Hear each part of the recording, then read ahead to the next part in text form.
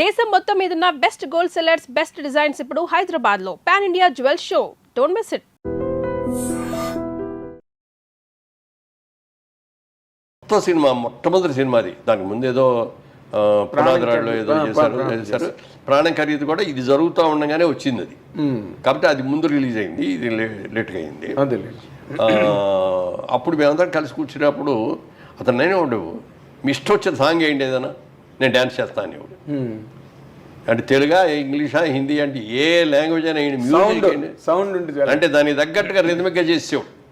అది డ్యాన్స్ అంటే భరతనాట్యం కాదు, క్లాసికల్ డ్యాన్స్ ఇంకోటో కూడా కాదు, మ్యూజిక్కి తగ్గట్టుగా ఓ గంతులు వేసేసి చేసేవాడు. మనం బలి చేస్తున్నాడే, ఇక ఇంతకంటే కావాల్సింటే ఎలాంటి ఏంటి అనుకున్నాం. తర్వాత అతనిలో అడ్వాంటేజ్ అంటే కళ్ళు ఎక్సలెంట్ కళ్ళు అండి. అతని కళ్ళు కోపంగా చూశాడంటే అసలు చాలా ఇదిగా ఉంటుంది. అలాగే నవ్వుతూ కామెడీ కూడా బాగా చేయగలడు. మంచి టైమింగ్ అండి. మంచి టైమింగ్ ఉంది. అప్పుడు కృష్ణనాథ్ గారు అన్నాడు ఒక రోజున, మురళీమోహన్ వీడు మంచి విలన్ అవుతాడయ్యా మన తెలుగు ఇండస్ట్రీలో, బాగున్నాడు అన్నాడు. ఇండస్ట్రీలో విలన్ అవుతాడు వింటాడు బాబు, ఇండస్ట్రీకి మొగుడు అవుతాడు చూడండి. ఫస్ట్ సినిమా రిలీజ్ అవ్వకముందే అన్నా నేను. అవునా? అయితే ఈ మాట నాతో అరవింద్ గారు కూడా అన్నారండి.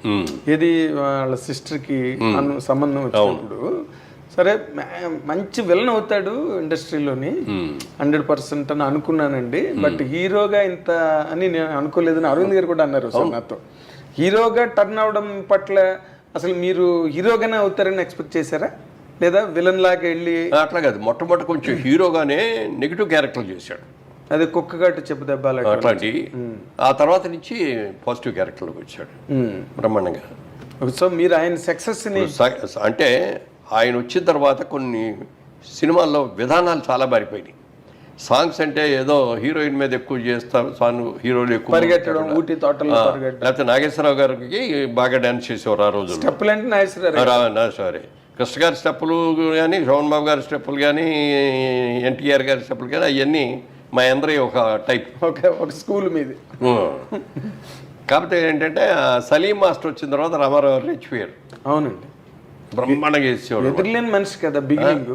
కృష్ణముకుందామరారి పాట బిగినింగ్ అండి, రామారావు స్టెప్ లేయడం. సో ఆ విధంగా మేము పెద్ద టాలెంట్ కాకపోయినా ఉన్నంతలో చేయగలిగాం అనేది అంట. బట్ చిరంజీవి గారు వచ్చినప్పుడు టోటల్గా వరల్డ్ మారిపోయింది. అదే అన్న, సాంగ్స్ సిస్టమ్స్ మారిపోయింది, ఫైట్ సిస్టమ్స్ కూడా బోడదు మార్పు వచ్చింది.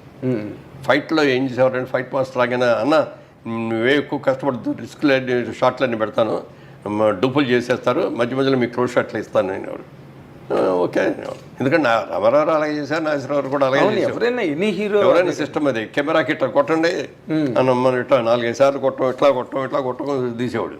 అవతల వాళ్ళు డమాలు పడిపోతుంటారు వాళ్ళు. అట్లా చిరంజీవి గారు వచ్చిన తర్వాత వీటన్నిటిలోనూ మార్పు వచ్చింది. అందుకని నేను అంటాను, చిరంజీవి ఇండస్ట్రీకి రాకముందు, చిరంజీవి ఇండస్ట్రీకి వచ్చిన తర్వాత, క్రీస్తు పూర్వం క్రీస్తు శకం లాగా అవును, అదొక చిరంజీవి శకం అనమాట. అంత సక్సెస్ అవ్వటం, సాంగ్స్ బ్రహ్మాండంగా చేసేయడం, ఫైట్లు బ్రహ్మాండంగా చేసేయడం. ఆ తర్వాత కృష్ణ గారు మేమందరం ఇట్లా ఫైట్లు చేస్తుంటే ఎవరికి నచ్చేయి కదా. అవునండి, అవన్నీ ఏంటో తేలిపోయాయి. చిరంజీవి గారు వచ్చి ఫైట్లు చేసిన తర్వాత ఇంకెవరు డూప్ అంటే కూడా ఒప్పుకునేవాడు కదా. అవును, నేను చేస్తానంటే నాకు డూప్ అక్కర్లేదు అనుకున్నట్టుగానే సినిమా. బాపు గారు కూడా చూసి షూటింగ్ జరిగే రోజుల్లోనే చిరంజీవి చేసేస్తా అంటే ఆ జనం మధ్యలో ఆ డ్యాన్సులు అవన్నీ సెకండ్ టేక్ అనేది కూడా అవసరం ఉండేది కాదు. చేస్తాడు ఆయన కూడా, చాలా బ్రహ్మాండంగా ఉన్నాడు, చాలా బాగా చేస్తున్నాడు, పెద్ద హీరో అవుతాడని ఆయన.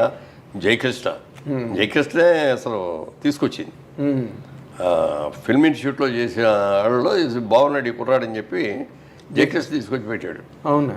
అప్పుడు క్రాంతి కుమార్ కూడా చూసి క్రాంతి కుమార్ ప్రాణం ఖరీదులో పెట్టాడు. సో అట్లా ఇక సక్సెస్ వచ్చేసి అవునండి దుమ్ము దులిపేశాడు. ఆయన ఒక యుగం కింద ఫామ్ అయిపోయి. అంటే అదొకటి. ఇంకో గొప్ప విషయం ఏంటంటే ఆయనకి వెనక ఎవరు లేరు, సొంతంగా కష్టపడి పైకి వచ్చిన వ్యక్తి. అంటే ఇక్కడ ఒక్క పాయింట్, మీరు ఒక 50 ఏళ్ల సినిమా పరిణామాలన్నిటికీ కర్మసాక్షి మీరు. అంటే మీరు అన్నిట్లో ఉన్నారు, ఇందులో లేరు, అన్నీ మీకు తెలుసు, బట్ మీకేమీ తెలియనట్టుగానే ఉన్నారు ప్రతి